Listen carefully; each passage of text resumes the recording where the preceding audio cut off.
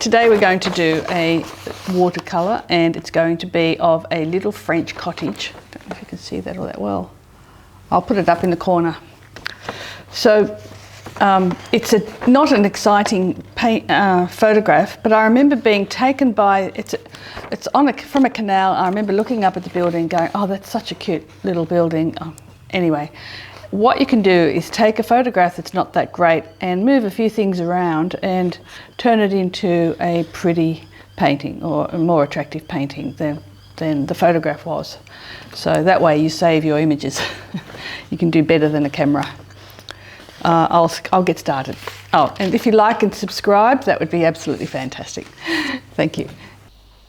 I'll do the drawing first, and I'll decide on what brushes to use.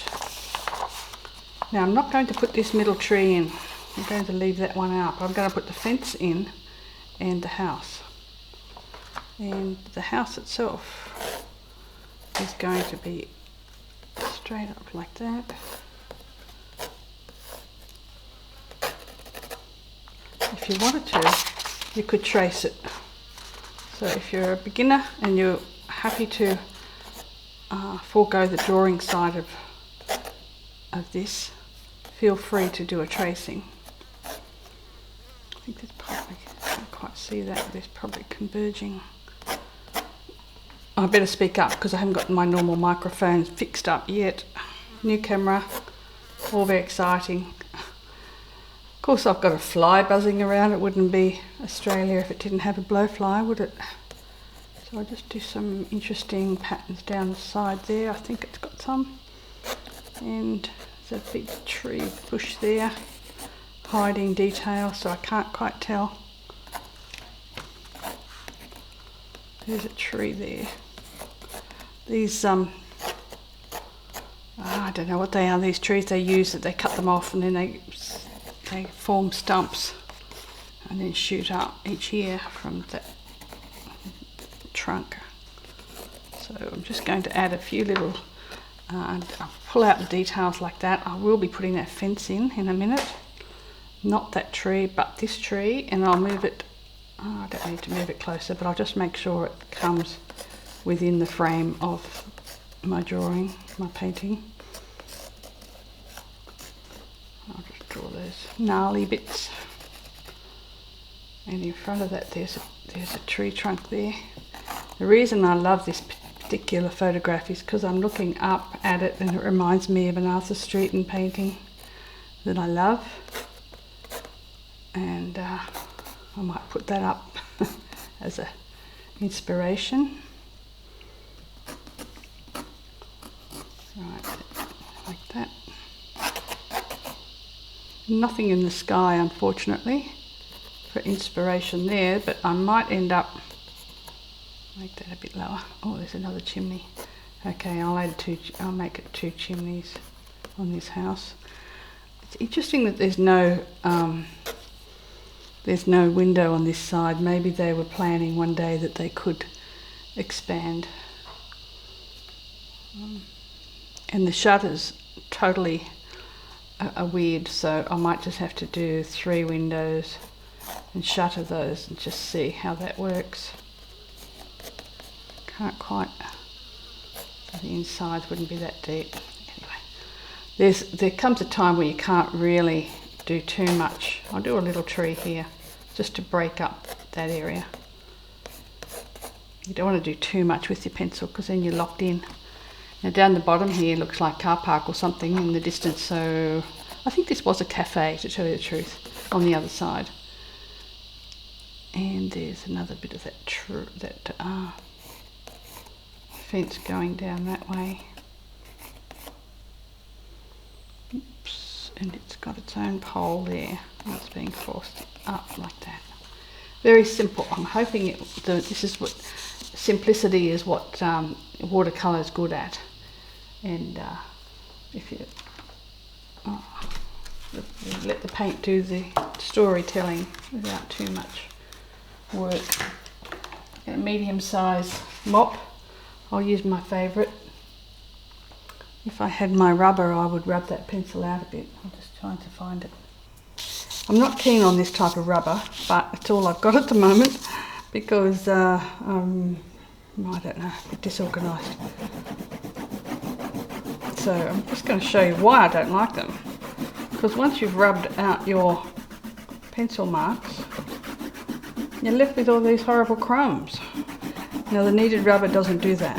So I assure you by the next video I will have new kneaded rubbers. So it's all going to fall down the bottom. You end up with crumbs in this little crack down here. And I'm going to have to vacuum the floor because I'm going to put that on the ground. I don't want anywhere near the paint or in the paints themselves.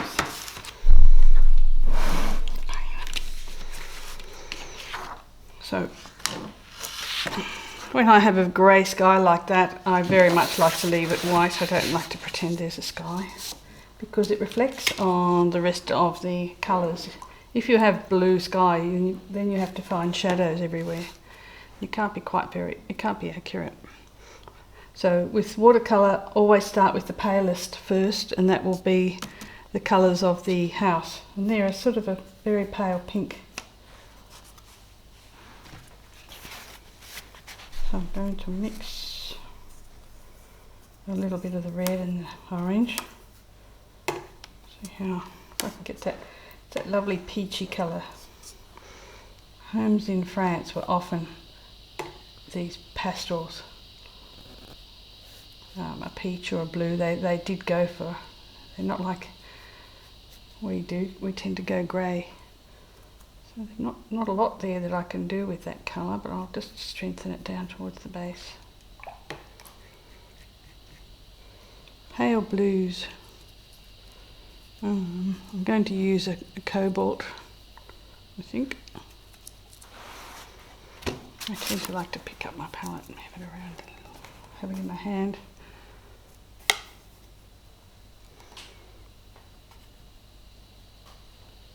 So I'll just go for a bit of a swipe across that area.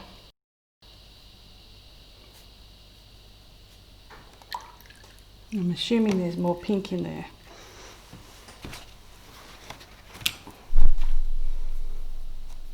The top of that. There's one down there in the middle. Happily put it through the blue because it pushes the blue out of the way, makes an interesting effect. Mix of those two shades. And looking at the sun, it's probably directly above. So I'll just get some blue and a little bit of brown to make a neutral tint. I'm going really pale at this stage. It's about as dark as I'm going to go. And then I'll probably, as it fades, I'll come back.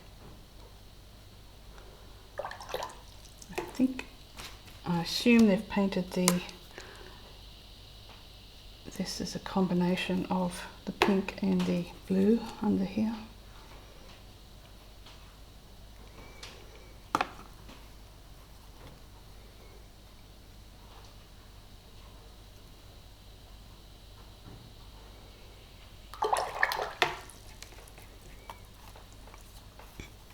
Very pale ultramarine now for this edge part.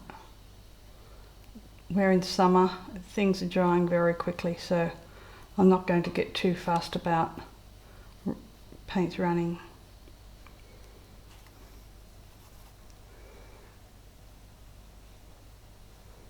Just assuming they're going to hold their own.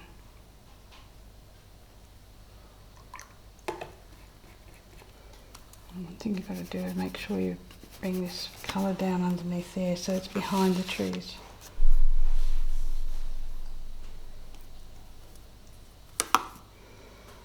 I'll bring it down. You won't see it, it'll all end up being covered by trees, but in between the specks you'll be able to see a little bit. Alrighty.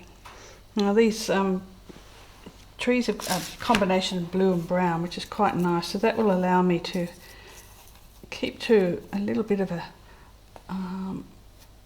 standard with the colours, a similar palette, like I guess you'd call it a restricted palette where you only do one or two colours for over the whole painting. I'm just putting dark colour on, then pressing hard with the heel of the brush to squeeze it out, and that way lightening it. It goes behind there, that'll all disappear. I've only got the one tree to do, sadly. Actually, you know what I might do? I kind of feel like putting in another tree. I'm going to put one over here behind. I'm going to move that tree to behind. And anyone looking at it might think, oh, she was on the other angle. She was looking at it from a different angle, so that's all right. There's a certain amount of truth. And according to this particular printout that I've got, that I'm working from, you might be able to see better in where you are on looking at the screen version of the photo. I'm looking at a printout, and to tell you the truth, my printout is pretty poor. So I'm just putting little areas of brown here in this tree, just to give that variety on its bark. I'm using ultramarine violet, I think it's called. It's a combination of ultramarine and a little bit of purple in there. I think that's the way they made it. So mixing the colours together so they blend. And down here I've got a similar thing, but I'll try and do it a little bit paler, a little bit further away, so it's not so bright in your face. And the browns on one side. Okay. Now, one of the chimneys is white and one's brown, so I'm not going to do that. I'll just make them both a reddy brown colour, as if it's brickwork. I'll make them like the first one. So I'll do a bit of a darker foreground. Mix a little bit of blue in, slightly paler behind. Rubbing the brush very lightly across this rough paper too, so that it doesn't fill in. It keeps the texture, keeps breaking up. The paint breaks up, I guess you could say. You end up with white colour and white. Think of some better descriptions for that. This area here could be very dark. Oh, where is it? I haven't really got. Oh, that's right. That's the tree that doesn't exist. This area here. Okay.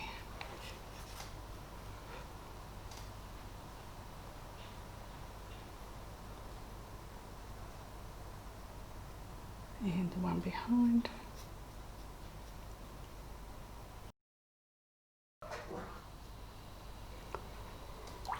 Okay. I want to let that dry a bit more there so I can put in that strong tree, but actually before it does dry, I'll make up a nice blue, brown and yellow combination. I'm going to clean my brush before I dip into the yellows.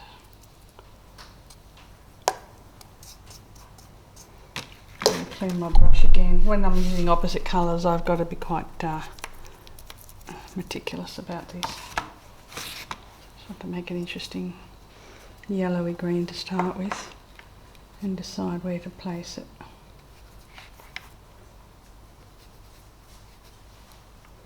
A touch more yellow.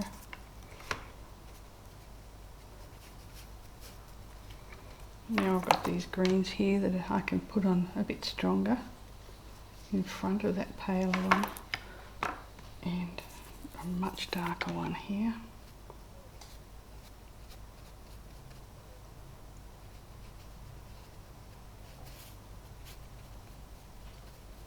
Back here.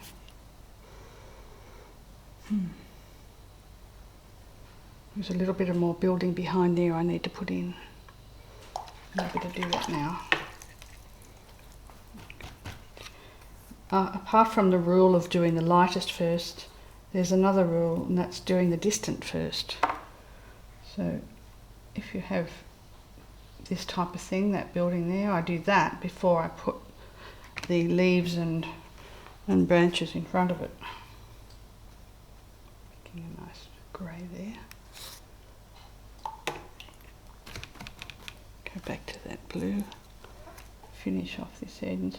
Oh, it's not that blue. Which blue was it? Must have been ultramarine.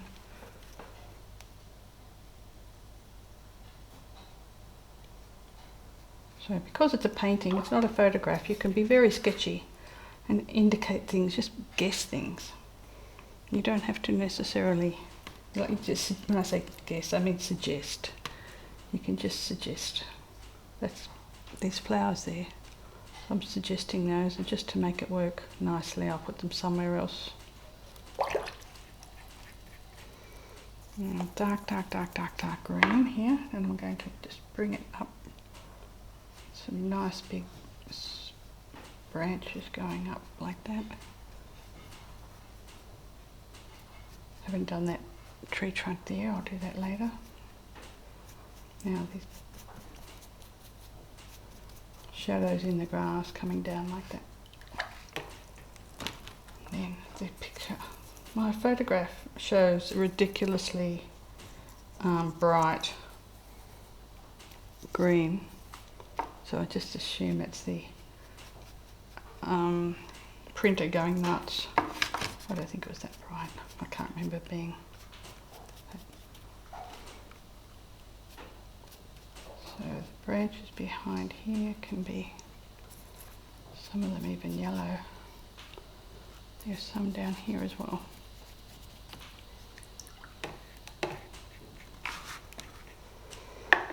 Okay, now that needs to dry off a little bit there, but meanwhile I've got some area up here that I can play around with a slightly finer brush. I'll just choose one of these little Art Secret ones. This is a number 2. So also Dana, an unpronounceable name for me. So I'm mixing a little bit of neutral grey, brown and blue. And for me, my favourite two is burnt umber and ultramarine. So I'll just add a bit of detail along the edges and in the windows. Anywhere where I see dark, I'll just put a few lines in. Put dark up there, along another edge there.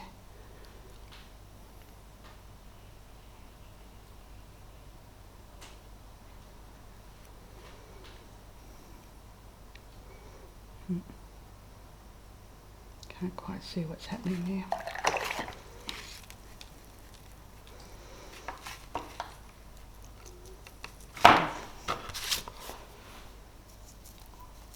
Stronger shutters in. So even though it's not a very colourful little picture because the sky's white, we can pull some colour out of these shutters.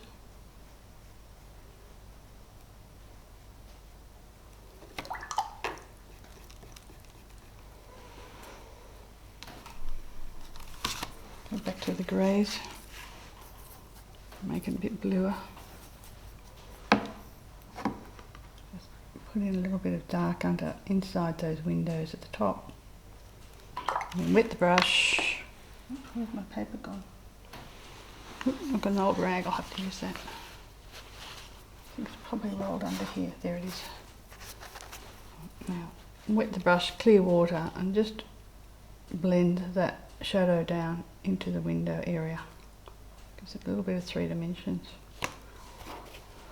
And the more blue is actually I will use the bright blue to go underneath here.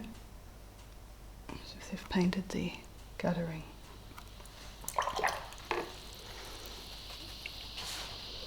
And down the side of the building I've just noticed, when I look really closely, there's a beautiful detail down here.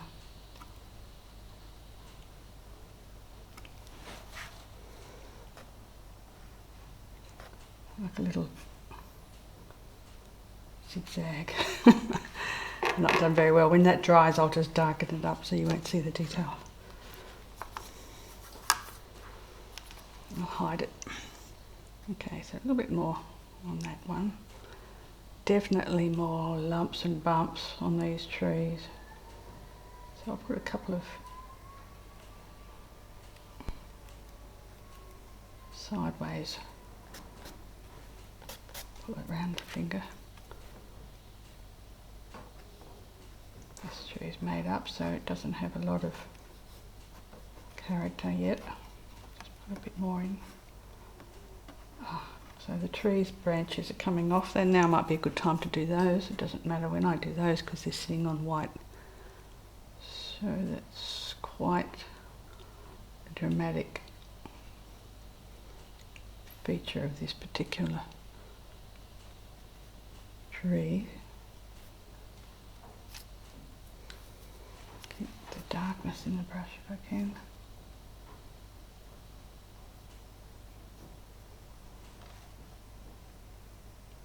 And they've got a little bit of, I think this was spring. This is spring growth, I remember. Now, this particular, I'm going to do this log here, very dark. It's going to be a feature, I hope. It's not obvious in the photograph because it's kind of hidden by that tree, but I'm hoping I can bring it out. So on this rough paper, you do have to keep water on. You have to keep your paint quite wet, otherwise it won't go into those many tiny holes on the rough surface. Okay.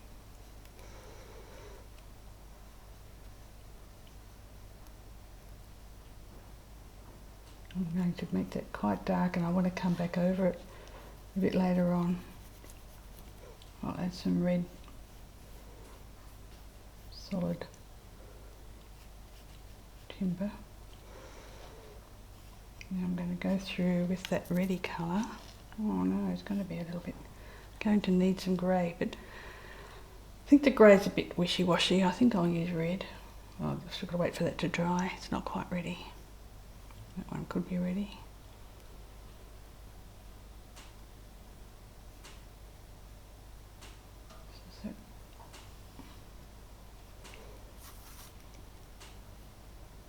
I'll make that a thicker upright because it's got a pole leaning against it.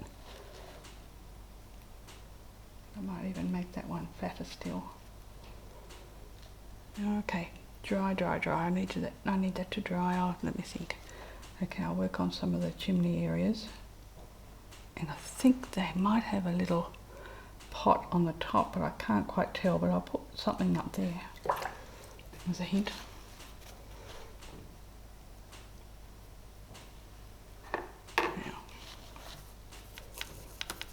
Dark, further dark into here.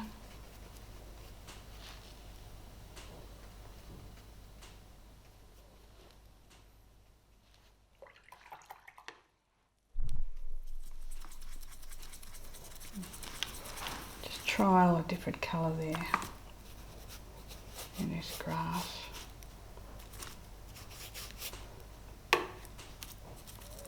And I'll just move this colour also up into these trees, touch, just to warm them up.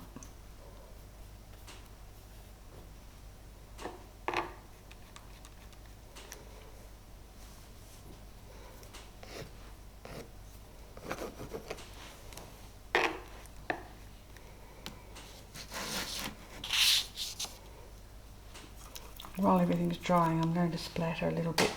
Oh, when I do splattering, I like to test it on something before I splatter. Okay. Splattered all over the painting anyway. I'm doing it while it's still a little bit wet and it'll blend in. Okay. Now it's playing time because I get out the rigger. Means I can just fiddle, waiting for other things to dry, mainly that area, so I can put those posts in. I could get the dryer out, but I just as sooner get a few other jobs done, and that's these very fine. Make sure that's fully washed. The rigger tends to miss out on getting washed properly. Forget about it. So I need to mix up a nice dark, almost black. Oh, the blue's nice. And the trick with this, for me anyway, is to run it backwards down towards. Now, I've got to ignore that one. I've got to look at this baby here.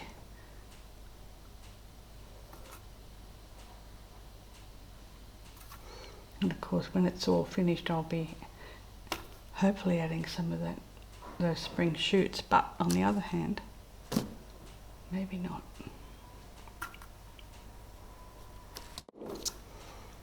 This tree here has got a lot of very fine, beautiful branches going up from it.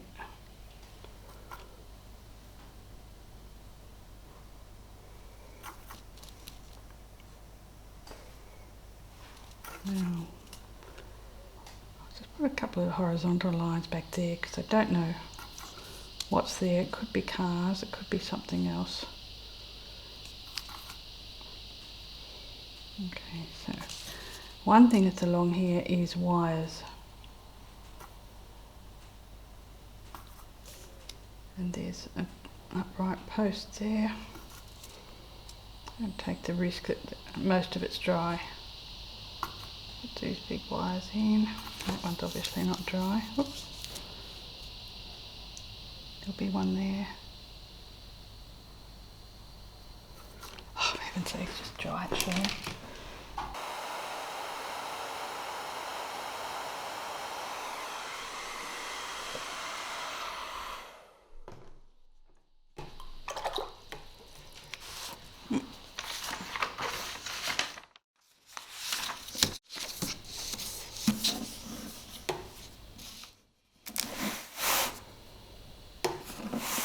Going to mix a nice blue purpley shade like that, and I'm going to knock off the front of the building with that shade.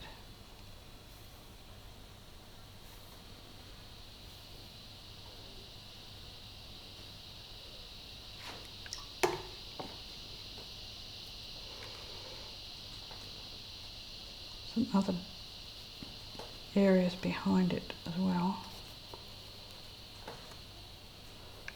We'll just make it feel like, even though I said before there was no sun out, just going to make it look like there is 3 dimensions.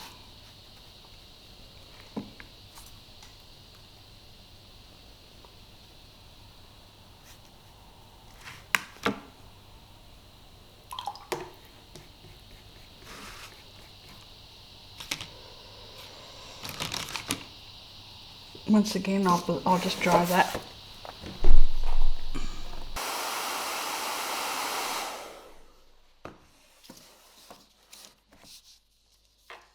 While I've got that grey mix, I'll run down those 2 areas and then soften that so that it's not a rigid shadow. Okay, back to a very strong black for these upright fence posts. Thank you.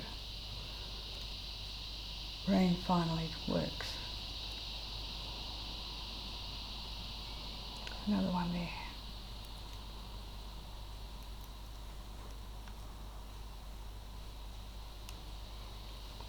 And underneath them there's a lot of very dark. Once again, I want to go to almost black in that area. Same with this particular one here.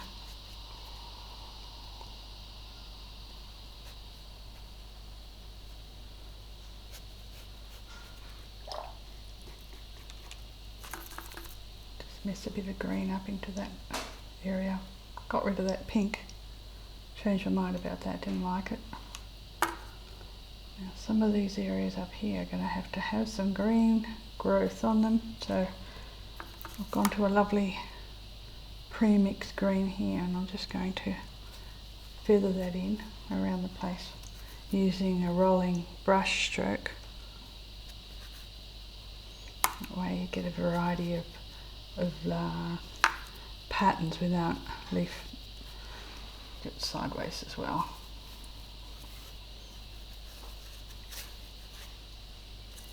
I'll do it on this baby at the back. It's good fun. I might make that a little bit bluer or duller.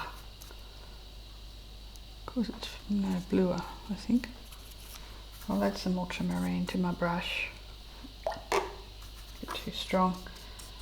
Something for beginners to note, that when you have strong watercolour, you don't add white, you just add water to weaken it, to make it lighter.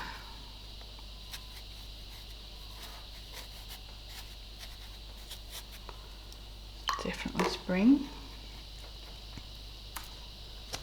Get some yellow out, add some yellow to these.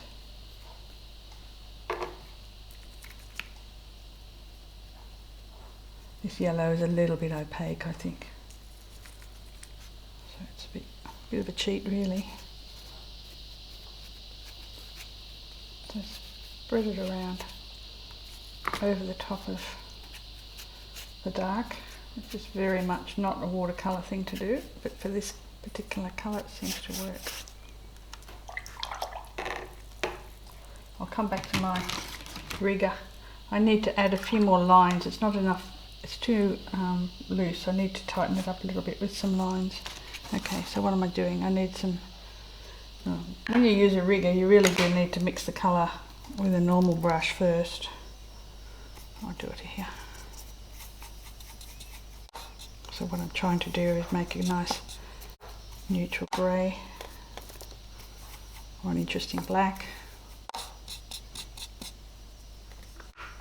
and use the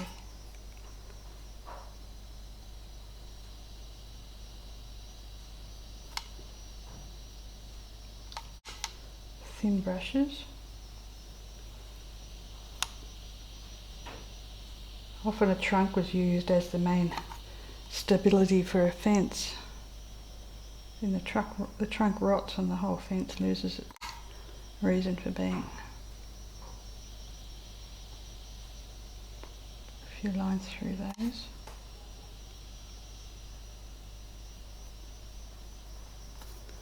Some going out that way. It happens. Can't control these branches. Sometimes I do weird things.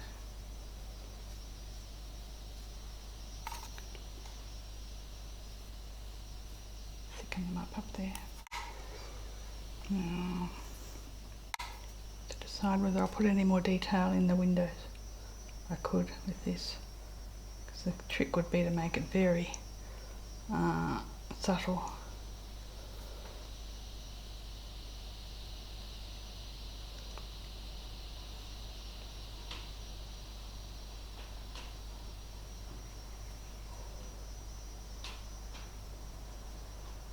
Line going across there, detail down the back there. And some of these other little bushes have got lots of branches showing, so I just have to half close my eyes and decide. See, there's this thing growing here, to how much extent I will put emphasis on those vertical. Maybe not.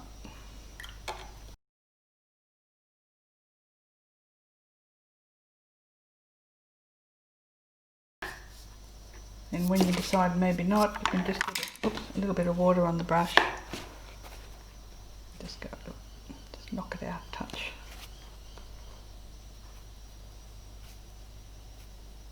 Smooth all that. So I'm putting a lot of dark emphasis in here, and then balancing it up with the front of the building, taking the eye up to the trees. They can even go darker at the top there. They don't need detail up there. I might even darken, I'll smooth this one out so there's less detail in it, so it's just a vague shape over in that corner. And that's it. So that's my little French cottage. Oh, no. I speak too soon. I have not had a play with the white. Oh my goodness. Nothing's more fun than doing a bit of white here and there. Oops. Okay. Same old, same old. I've always got trouble with this because it's never quite the right consistency. Oh yes, so what I wanted to do was just add a few very thin details to this log here. Give it that twist.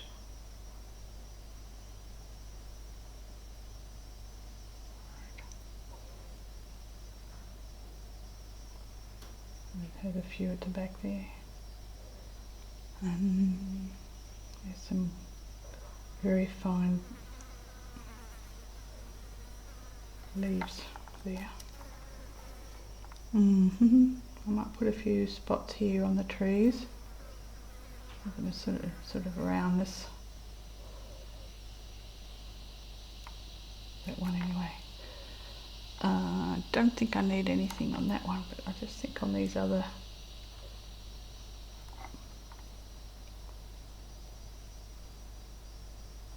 just the light on touching the back of those. Don't think there was need for light on those wires, but I could just do it and see what it looks like.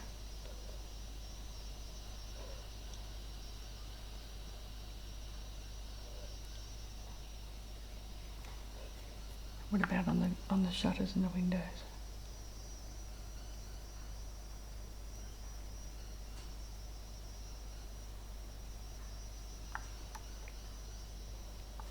And then coming back into this area. Sometimes fun to add a bit of texture coming back.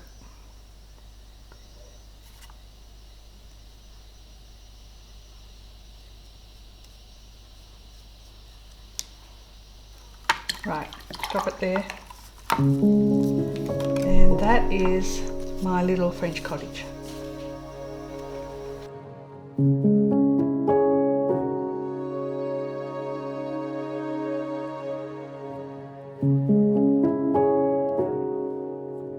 Just a little summary of this painting. When I hold it next to the original, you can see how I have darkened some areas that are,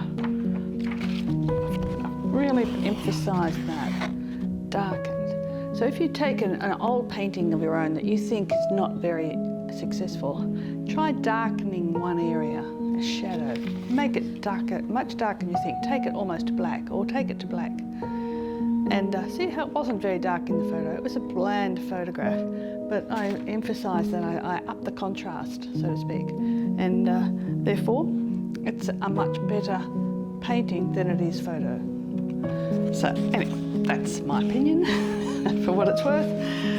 Thank you for watching, and I'll catch you in the next one. Bye-bye.